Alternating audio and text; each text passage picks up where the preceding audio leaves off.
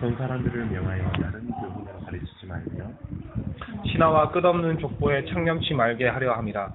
이런 것은 믿음 안에 있는 하나님의 경륜을 이름보다 도리어 변론을 내는 것이라. 이 교훈의 목적은 청결한 마음과 선한 양심과 거짓이 없는 믿음에서 나오는 사람이거늘 사람들이 이에서 벗어나 헛된 말에 빠져 율법의 선생이 되려 하나 자기가 말하는 것이나 자기가 확증하는 것도 깨닫지 못하는도다. 그러나 사람이 율법을 법있게 쓰면 율법은 선한 것인 줄 우리는 아노라. 알 것은 이것이니 율법은 옳은 사람을 위하여 세운 것이 아니요 오직 불법한 자와 복종하지 아니하는 자와 경건하지 아니한 자와 죄인과 거룩하지 아니한 자와 망령된 자와 아버지를 죽이는 자와 어머니를 죽이는 자와 살인하는 자며 음행하는 자와 남색하는 자와 사람을 탈취하는 자와 거짓말하는 자며 거짓 맹세하는 자와 기타 바른 교훈을 거스르는 자를 위함이니 이 교훈은 내게 맡기신 바 복되신 하나님의 영광의 복음을 따르느니라. 나를 능하게 하신 그리스도 예수 우리 주께 내가 감사하는 나를 충성되이 여겨 내게 직분을 맡기심이니 내가 전에는 비방자여 박해자여 폭행자였으나 도리어 긍휼을 입은 것은 내가 믿지 아니할 때 알지 못하고 행하였음이라. 우리 주의 은혜가 그리스도 예수 안에 있는 믿음과 사랑과 함께 넘치도록 풍성하였도다. 믿보다 모든 사람이 받을 만한 이 말이여 그리스도 예수께서 죄인을 구원하시려고 세상에 임하셨다 하였도다. 죄인 중에 내가 그랬습니다. 그러나 내가 긍휼을 입은 까닭은 예수 그리스도께서 내게 먼저 일체 오래 참으심을 보이사 후에 주를 믿어 영생 얻는 자들에게 본이 되게 하려 하심이니라. 영원하신 왕 곧 꺾지 아니하고 보이지 아니하고 홀로 하나이신 하나님께 존귀와 영광이 영원 무토록 있을지어다. 아멘. 아들 디모데야, 내가 내게 이 경계로서 명하노니 전에 너를 지도한 예언을 따라 그것으로 선한 싸움을 싸우며 믿음과 착한 양심을 가지라. 어떤 이들은 이 양심을 버렸고 그 믿음에 관하여는 파선하였느니라. 그 가운데 후메네오와 알렉산더가 있으니 내가 사단에게 내어준 것은 저희로 징계를 받아 회방하지 말게 하려 함이니라. 너는 달라 이게 그런 말씀 얘만 다르구나. 나는 내가 다른 게 아니라. 아니야 이거 달라. 조금씩 가요. 조금씩 가요. 이게 말씀. 내가 이거 내 거 너무 작아서 이제 나도 글씨가 잘 안 보여. 아니 큰거 있잖아. 나 좀 늙었나 봐 이제. 글씨가 잘 안 보여. 바울 서신 중에서 지금 이제 오늘 디모데전서 말씀드렸는데요. 제가 볼 때는 바울 서신 중에 이 디모데전서는 좀 약간 다른 관점으로 보셔야 됩니다. 왜냐하면 디모데가 나이는 젊지만 사람을 세우고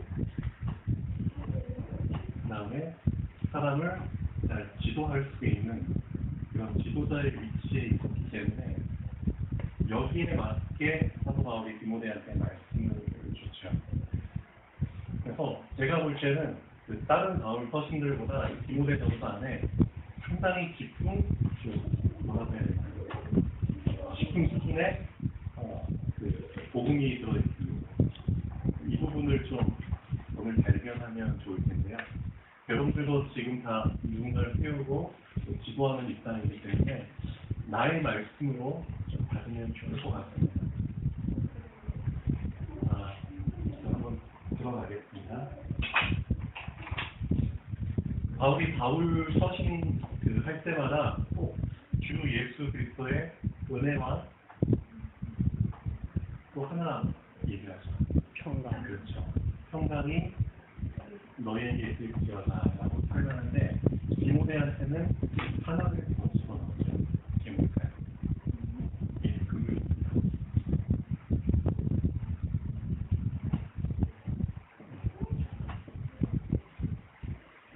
은혜하고 긍휼하고 좀 비슷한 의미가 있지만 다르죠. 왜 디모데에게는 이 단어를 더 집어넣었을까요? 거기에 정말 공시가 들어있고요. 긍휼하면은 쉽게 말하면 불쌍히 여긴다는 거죠. 불쌍히 여긴.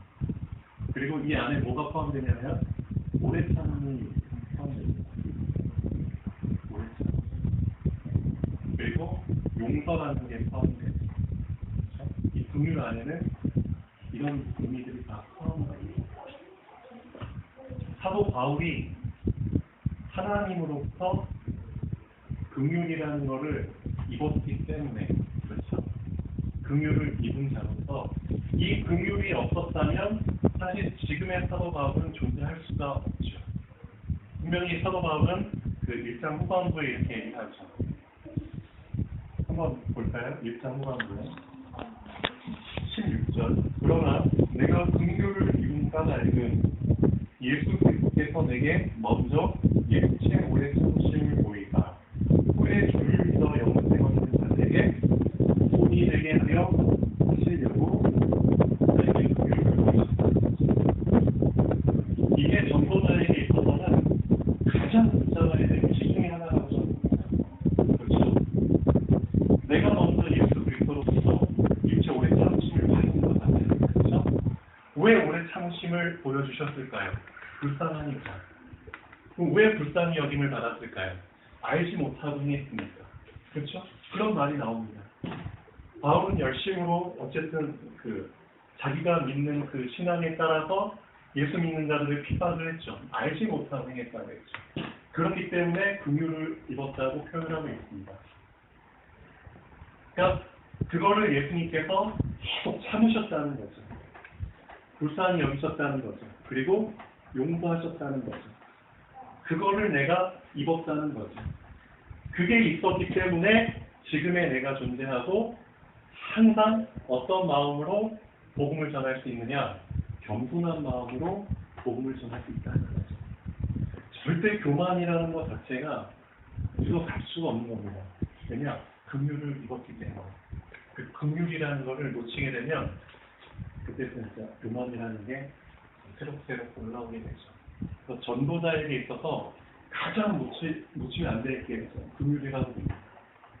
그래서 팔복 중에 그 과정이 있잖아요. 심령이 가난한 자, 그 다음에 애통하는 자, 온유한 자, 그 다음이 그렇죠. 긍휼히 여기는 자니 저희가 긍휼히 여김을 받을 것이요 라는 표현이 나옵니다. 맞습니다. 내가 긍휼을 받았기 때문에 상대방에게 긍휼을 보이는 것을 지속할 수 있는 겁니다. 그냥 한 번, 두 번 긍휼을 보여줬다가 멈춰버리면, 중단해버리면 그거는 사람을 세울 수도 없고, 그렇죠? 그 사람을 이끌 수도 없습니다. 그래서 전에 말씀드린 것처럼 사람이 나에게 잘못을 저지르면 몇 번이나 용서해 주면 됩니까? 7번이면 되겠습니까? 라고 했을 때 예수님이 이렇게 말씀하시죠. 7번에 70번이라도 70번에 7번이라도 용서해 줘라. 왜냐? 긍휼이 입은 자기 때문에 그렇게 할 수 있는 겁니다. 하나님은 나를 70번에 70번에 70번에 무한대로 지금도 용서하고 계시거든요. 그렇죠? 그 긍휼을 내가 받았기 때문에 나는 사람들을 용서해 줄 수 있는 겁니다. 그게 전도자의, 그렇죠? 전도의 원동력이라는 거죠. 사람을 세우는 게 어떻게 보면 쉽지 않죠. 억지로 세우는 것도 되어질지 모르지만 한계가 있다는 거죠. 그러나 내가 긍휼을 입은 자로서 만약에 사람을 세우고 지도하고 인도한다면 이거는 그렇죠. 절대 실패할 수가 없습니다. 언제까지고 그렇죠. 불쌍히 여기고 오래 참고 용서할 수 있기 때문이죠. 그렇기 때문에 디모데에게 가장 중요한 단어 하나를 더 준 겁니다. 디모데야, 너가 이제는 나를 내 뒤를 이어서 교회를 다스리고, 그렇죠? 성도님들을 잘 섬겨야 될 텐데 너에게 이것이 정말 필요하다는 거죠. 긍휼이 필요하다. 은혜와 평강 더할 말이 없죠. 이제 긍휼이라는 단어를 우리가 좀 붙잡았으면 좋겠습니다. 긍휼이 없으면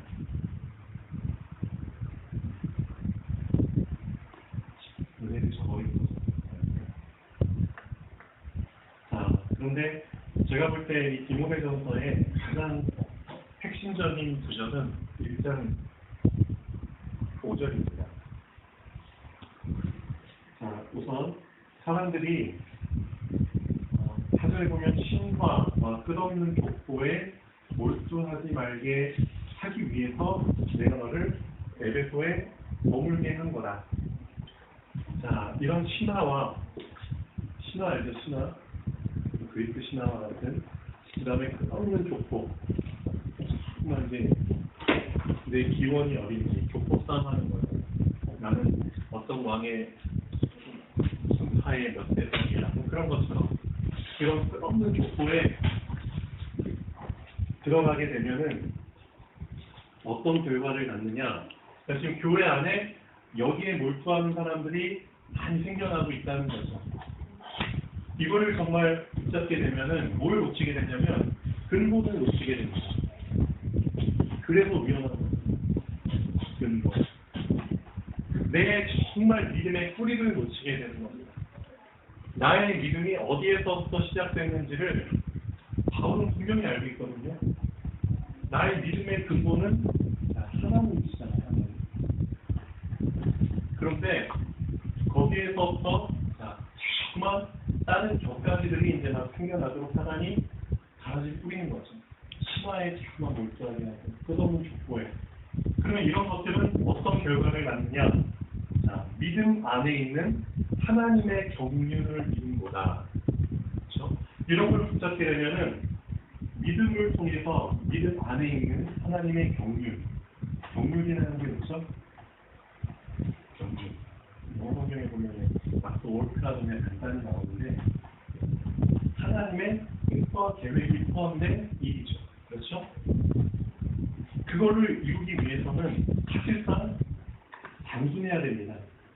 그렇죠? 단순해야 됩니다. 하나님의 계획이 이거구나. 그럼 그게 딱 분명히 발견되면은 그걸 그냥 심플하게 쫙 밀고 나가야 되는데 자꾸만 격가지가 생기도록 만듭니다.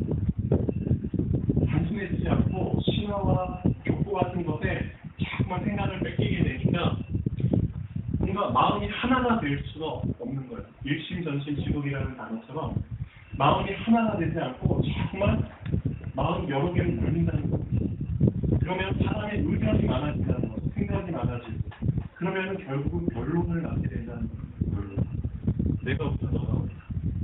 하나님의 경륜을 이루기 위해서 그 의심을 그대로 발견하면 그대로 밀고 나가야 되는데 자꾸만 사람들이 그 믿음이라는 거에다가 하나님의 말씀에 이런 것들을 자꾸만 목소리가 뿌리는 거예요. 그러니까 사람들의 생각이 자꾸만 이렇게 나뉘는 거죠. 분열되는 거죠. 그러니까 결국 네가 잘났냐 내가 잘났냐 결론을 낳는 겁니다. 그러니까 사공이 많으면 내가 어디로 간다? 산으로 간다고 하죠. 그런 것처럼 우리의 사공은 한 번뿐이신데 자꾸만 이런 것들로 사공이 많아진다는 거죠. 결론을 낳는다는 거죠. 그러면 왜 이런 결론들을 나올 수밖에 없느냐? 분명히 사도 바울이 교훈의 목적은 교훈을 준 목적, 그렇죠? 말씀을 전하고 그 다음에 하나님께 받은 깨달음들을 교훈으로 준 목적은 오절이 계속 중요하잖아요. 오절 안에서 우리가 지도자 수준의 깊이 있는 그거를 찾아야 됩니다. 세 가지 얘기하고 있습니다. 이 교훈의 목적은 청결한 선한 거짓 없는 믿음에서부터 나오는 사랑입니다. 이 정도까지 정리한 게 제가 볼 때는 개인적으로 볼 때는 사랑이라는 것을 우리는 그냥 하나님 사랑이시라 서로 사랑하라 그러지만 이 사랑이라는 게 온전하게 나오기 위해서 세 가지를 거쳐야 된다는 것을 분명히 보여요. 이게 왜 그래야하면 이미 눈이 열려야 하지만 사실상 온전한 지도자로서 분별력 있게 사람들을 볼 수 있다는 거죠. 이 세 가지를 볼 수 있는 눈이 열려야 합니다. 그러면 왜 첫 번째 마음, 두 번째 양심, 세 번째 믿음에 대한 부분을 정확하게 옮깁니다. 자, 청결 하는 게 생각하는 거죠. 그러면 그와 반대의 거죠.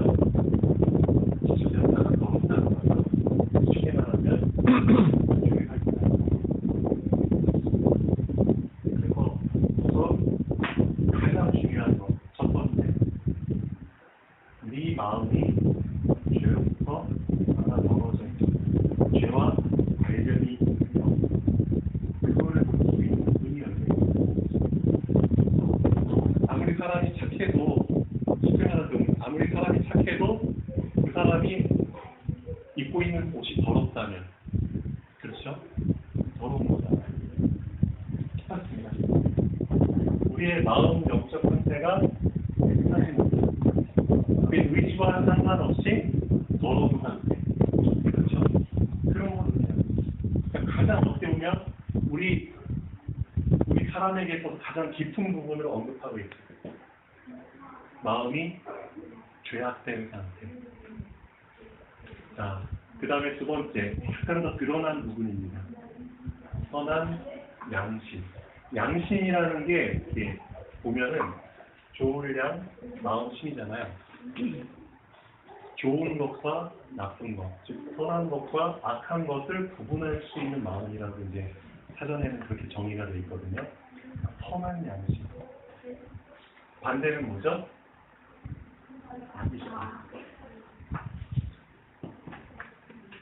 자, 그러니까 이거는 약간 더 발전된 단계입니다.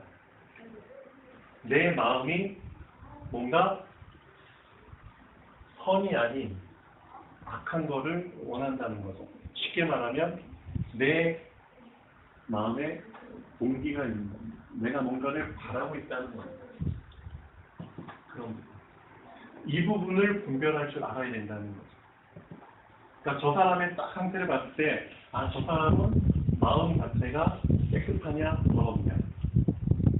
거기서부터, 아, 근데 두 번째, 이 사람의 양심이 선하냐, 악하냐, 즉 동기가 있느냐, 없느냐. 네, 세 번째, 거짓이 있느냐, 없느냐. 진리, 반대다. 악한 동기를 붙게 되면 그것을 이루기 위해서 뭔가 실현 가능한 걸 붙잡게 되잖아요. 그 대상을. 그래서 사람들이 하나님을 믿되 거짓을 붙잡고 믿는다는 거죠. 왜 거짓이 생길 수밖에 없느냐? 그러면은 악한 동기가 있을 수밖에 없는 이유는 쉽게 말하면 마음이 더러운 거예요. 더 근본적인 부분을 짚어주는 거예요. 죄와 악과 거짓. 즉, 이 세 가지가 없는 것에서부터 나온 하나님이 바로 교훈의 목적이라는 거죠.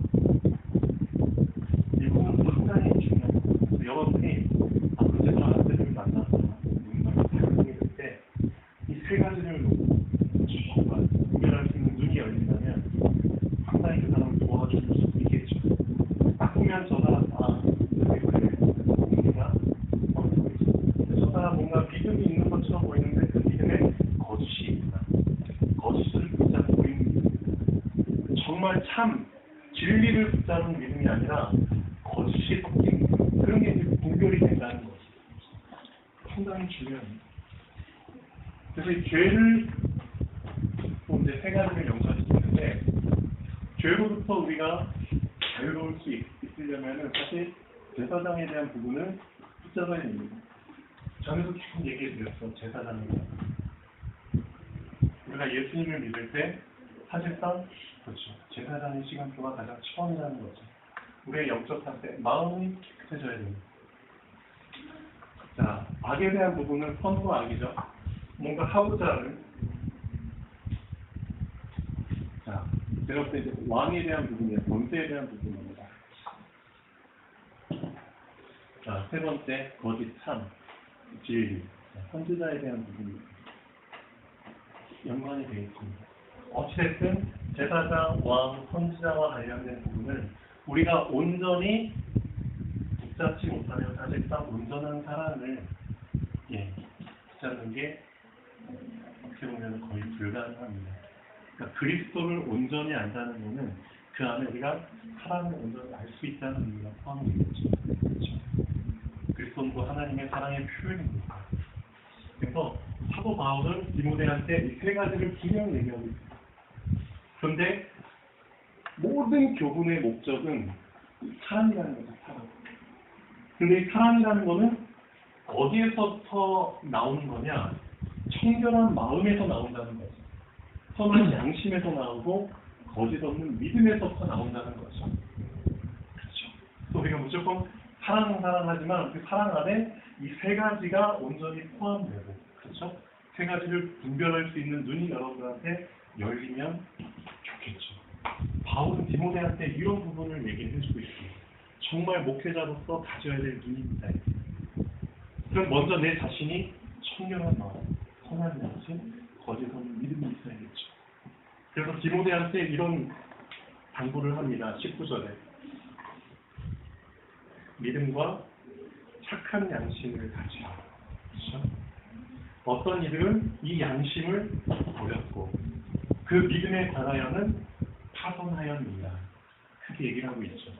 그래서 디모데야 너는 이 세 가지를 꼭 붙잡으라는 거죠. 그래야지만 그 온전한 사랑을 지킬 수 있고 가르쳐줄 수 있다는 겁니다. 무조건 사랑을 가르쳐주고 싶어도 그렇죠. 이 사랑이라는 게 되게 막연할 수 있잖아요. 근데 바울은 이거를 디모데한테 체계적으로 알려주고 있는 겁니다. 맞다. 청결한 마음. 그렇죠? 양심적으로 선한. 그 다음에 믿음에 있어서 거짓이 없는. 이 세 가지를 각각 단계별로 얘기를 해주고 있습니다. 이 부분이 참 중요한 것 같습니다. 제가 볼 때는.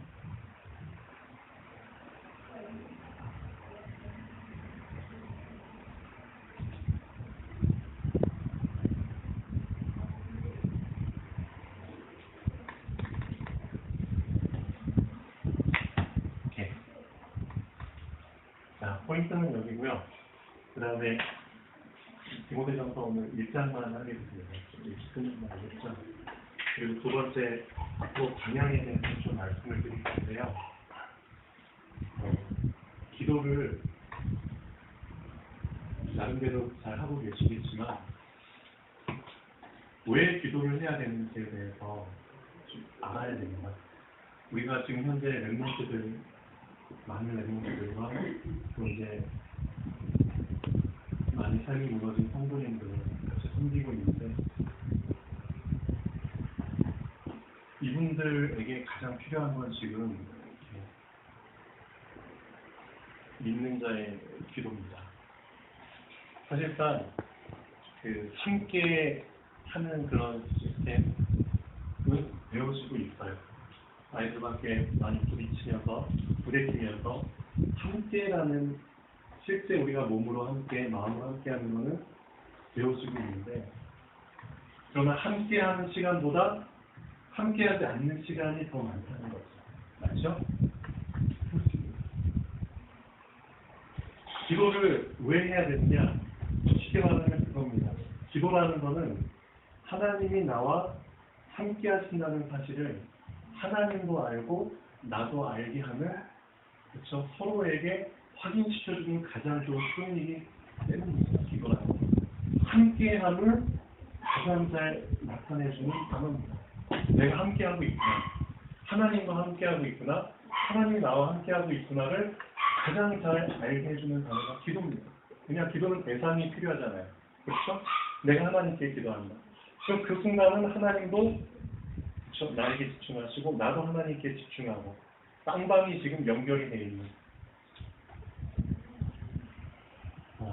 아이들한테도 사실상 그 부분을 우리가 해줘야 됩니다.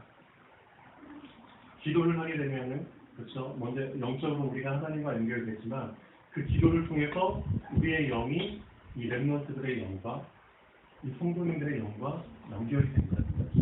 영적으로 서로 교류가 된다는 겁니다. 끈이 딱 연결된다는 겁니다. 그 기도의 끈이라는 거. 그게 또 함께 좋은 표현이겠죠. 이 부분을 우리가 더 잘 해줘야 되지 않느냐 그런 생각이 많이 듭니다. 그냥 쉽게 말하면 나는 지금 애들이랑 함께 있는데 이걸로 만족하겠지, 이걸로 됐지, 이걸로 내가 할 일은 다 하는 거겠지라고 생각할 수 있지만 사실 그게 아니라는 거죠. 그것도 당연하지만 육신적으로 함께 있는 것도 좋은 거예요. 그러나 지금 제가 말하는 영적인 부분을 얘기하는 영과 육이 사실상 같이 함께 해야 된다는 겁니다. 영적인 부분을 우리가 좀 많이 놓치고 있었습니다. 이 시스템 안에 교회라는 그렇죠? 시스템 안에 공부방이 들어왔잖아요. 그럼 가장 좋은 부분은 바로 교회이기 때문에 마음 놓고 기도를 할 수 있다는 겁니다. 맞죠? 바로 나가면 기도할 수 있는 예배처, 바로 들어오면 공부할 수 있는 공부방입니다. 가장 가까운 곳에 그렇죠. 영과 육을 같이 나눌 수 있는 게 이 안에 구비되어 있다는 거죠. 그리고 최소한 이런 거죠. 내가 맡고 있는 반 아이들 몇 명인지 모르지만 걔네들만이라도 걔네들을 위해서 내가 하루에 30분씩이든 1시간씩이든 정말 걔네들을 위해서 기도하는 게 어떻게 보면 시간을 낭비하는 게 아니라 오히려 아이들을 더 도와줄 수 있는 지름길이라는 거죠. 실제 마음을 정말 들여서 이 영혼들을 위해서 기도하면 여러분들도 다 경험하셨죠? 내 마음이 가게 되면은 상대방도 느껴요. 맞죠? 상대방도 알게 됩니다. 그런 가운데 나와 그 아이의 막혔던 담이 무너지게 되고, 그렇죠? 왠지 말을 해도 오해보다는 더 이해하게 되고, 그렇죠? 그 끈끈함을 느끼게 되죠. 그러면서 아이들도 치유받게 되고 또 함께함을 느끼게 된다는 거죠. 육신적인 함께함을 더 추월해서 영적인 함께함의 어떤 그런 것까지도 느끼게 된다는 겁니다. 그게 정말 아이들을 끌어줄 수 있는 가장 좋은 방법이죠. 이 부분을 어떻게 보면 우리가 좀 회복을 해야 되지 않나 싶습니다. 특히 이제 여러분들은 실제 여기 뛰고 있잖아요. 그러면은 1시간은 안 된다 했지만 30분이라도 정말 내가 맡고 있는 단 아이들 얼굴 한 명씩 하면 스쳐가면서 계속 날마다 이 기도가 쌓인다면 분명히 아이들에게 변화가 일어난다는 거죠. 우리가 그렇게 아이들을 변화시키기를 원하고 아이들이 정말 믿음으로 성장하기를 원하지만 그게 잘 안 되는 좀 더디게 보이는 이유가 어떻게 보면은 각 선생님들 여기 있는 각 어른들이 이런 부분을 잘 날마다 기도의 헌신을 하지 못했기 때문이 아닌가 싶기도 합니다. 랩런트에 국한된 건 아니고 홍보님들도 마찬가지죠. 그렇죠. 그래서 정말 마음에 품고 기도하다 보면은 하나님께서 또 어떤 기회를 주시냐? 그 사람과 1대1로 깊은 얘기를 나눌 수 있는 기회도 허락하시고 그러면서 더 깊어지는 거죠. 끈끈함.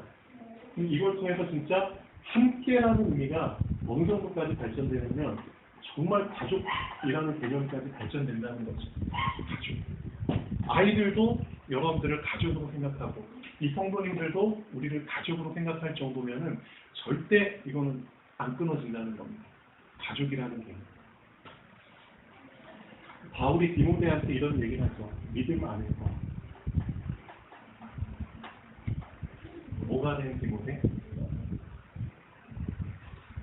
하나 믿음 안에서 아들된 예, 그렇죠. 믿음 안에서 참 아들된 디모데에게 믿음 안에서 참 아들된. 만약에 전 그렇게 봅니다. 이 믿음이라는 단어를 디모데가 썼는데요. 어떻게 보면 이것과 관계 있는 믿음이겠죠. 진짜 제대로 된 온전한 믿음을 붙잡았다면 그 믿음 안에서 디모데라는 귀한 사역자를 볼 때 당연히 아들로 인정될 수 있을 만큼, 그렇죠? 아들이라는 개념이 자연스럽게 당연하게 받아질 만큼 된다는 거죠. 내가 제대로 된 믿음을 붙잡았다는 거죠. 그렇죠? 그 믿음이라는 게 꼬리를 물어서 이 참 아들이라는 단어를 써도 전혀 거리낄 것이 없는 그런 정도까지. 근데 어떻게 보면 우리는 믿음이라는 단어를 쓰지만 그렇죠? 여기 있는 우리 아이들, 우리의 참 동생, 참 자녀라는 생각을 잘 안 하잖아요.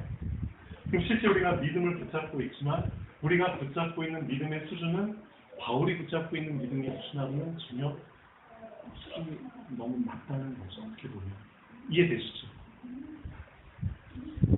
잘은 모르지만 진짜 바울이 말한 정말 이 청결한 마음과 선한 양심과 정말 거짓이 없는 섞이지 않은 믿음을 딱 붙잡아 버리면 그 붙잡는 동시에 나에게 있는 생각과 내가 갖고 있는 개념이 완전히 바뀌어 버리는 겁니다. 그게 당연하게 돼 버리는 겁니다. 근데 많은 사람들이 믿음을 붙잡고 있지만 아직까지도 그런 생각이나 개념이 깨지지 않고 있잖아요. 여리고처럼. 그럼 문제는 거짓이 섞인 믿음이라는 거죠. 어떻게 보면. 나는 믿고 있지만 나도 모르는 거짓이 섞여 있다는 거죠. 그런 수준을 얘기하는 겁니다. 진짜 거짓 없는 수준의 믿음을 너가 붙잡아 버린다면 정말 하나님이 원하시는 온전한 의미의 그런 성경적인 내용들이 나에게 그냥 자연스럽게 당연하게 받아져 버리는 겁니다. 개념 자체가. 가족관도 자연스럽게 바뀌게 되고요. 맞죠? 경제관도 자연스럽게 바뀌게 되는 겁니다. 모든 관점이 다. 근데 그게 바뀌지 않는 이유는 거짓이 섞여 있다는 거죠. 나는 지금 믿고 있지만 이 믿음 안에 거짓이 섞여 있다는 거죠. 그런 관점으로 보면은 정말 믿음 안에서 나의 참 아들 된 디모데를 편지하노니 저는 바울이 제대로 된 믿음을 붙잡았기 때문에 디모데라는 사람을 아들도 그냥 아들이 아니라 진짜 참된 아들, 참이라는 단어를 썼죠. 이런 표현을 쓰는 게 당연하다, 진짜. 당연한 것이다. 그 정도 수준의 믿음을 붙잡았다는 거죠. 반대로 얘기하면. 그래서 어떻게 보면은 그 디모데한테 준 편지 안에 정말 깊은 수준의 너무나 깨끗하고 순수한 정말 퓨어 너무나 깨끗한 수준의 순수한 복음이 지금 들어있는 걸로 저는 생각이 됩니다.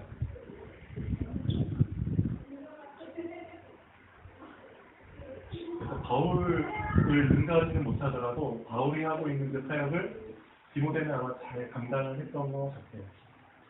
그래서 기도할 때 분명히 이런 역사 세 가지를 알고 있잖아요. 성령께서는 기도를 통해서 역사하신다는 거예요. 그럼 기도 안 하면 역사 안 하시냐? 역사하시지만 기도를 통해서 역사하신다는 겁니다. 그게 무슨 뜻이냐면은 기도를 했을 때, 기도를 할 때 그 순간만큼은 내가 나의 기도의 대상이신 성령님을 바라보고 있다는 거죠. 그렇죠? 나의 모든 관심이 성령께 집중되어 있다는 거죠. 그럼 성령께서는 우리가 성령의 입장이라고 해도 모든 관심을 한꺼번에 받는 가운데 역사하기를 원하시잖아요. 맞죠? 저놈이 나에게 전혀 관심이 없어. 근데 난 쟤한테 역사해야 돼. 그건 참 비참한 거잖아요. 맞죠? 성령 입장에서 봤을 때도 모든 관심을 다 받는 가운데 성령께서도 역사하시기를 얼마나 원하시고 그게 기도라는 겁니다. 그래서 기도를 통해서 역사하신다는 거죠. 기도할 때 일어나는 일 세 가지 알잖아요. 성령께서 역사하신다. 그 순간은 성령과 내가 함께한다는 그 사실을 가장 잘 확인할 수 있는 시간이죠. 기도하는 시간. 그리고 그 시간에 그 기도의 대상인 렘넌트나 성도들까지도 연결이 된다는 거죠. 그러면 당연히 그 연결된 곳에 있는 흑암의 세력이 꺾인다는 거죠. 내가 지금 몸으로는 함께하지 못하지만 영으로는 함께할 수 있다는 겁니다. 그 아이들을 위해서 아이들을 붙잡고 있는 흑암을 그렇죠. 결박시키는 기도를 당연히 그럼 아이들한테 가장 사실적인 도움을 주는 기도라는 거죠. 육신적인 도움도 당연히 주지만 영적인 도움을 사실상 우리가 많이 놓치고 있었다는 겁니다. 어떻게 보면. 그리고 아이들에게 직접 그 천군 천사들이 어떻게 역사할지 모르죠. 성령께서 원하시는 대로 친구를 하는 거잖아요. 이 부분을 이제 아이들에게 주자는 거죠. 렘넌트들과 성도님들. 그래서 여기 있는 여러분들은 기도할 수 있는 분들이고 기도의 의미를 알 수 있는 분들이고 그렇죠? 알고 있는 분들이고 실제 이 청결한 마음과 선한 양심 거짓 없는 믿음에 더 가까이 가신 분들이잖아요. 그렇기 때문에 정말 여러분들 저를 포함해서 이 부분을 좀 힘들었으면 좋겠습니다. 교적부를 만든 이유가 사실 여기에 있습니다. 좀 더 마음 품으라고. 우리 권사님이 밤마다 기도하시잖아요. 권사님께만 맡겨서는 안 됩니다. 그렇죠? 기도는 누구한테 맡기고 나가라. 그런 것 자체가 잘못된 생각이죠. 권사님은 우리의 모델이시니까 당연히 하시겠지만 우리도 그 기도의 대열에 동참을 해야 됩니다. 그래서 새벽 기도 못 나온다 할지라도 아침 기도 못 나온다 할지라도 최소한 내가 날마다 공부할 때 애를 가르칠 때 좀 더 30분이든 1시간이든 일찍 와서 아이들을 위해서 정말 기도하고 그 기도가 쌓인 가운데 애들을 가르친다면 예전에 그것을 경험하셨잖아요. 여러분들에게 하나님이 진짜 이거를 좀 회복시켜주시길 원하실 것 같아요. 저도 마찬가지입니다. 저도 많이 좀 반성하고 있습니다. 네. 기도다.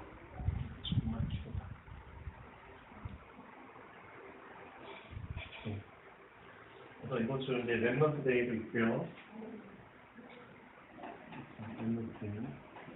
그 다음에 한 가지 좀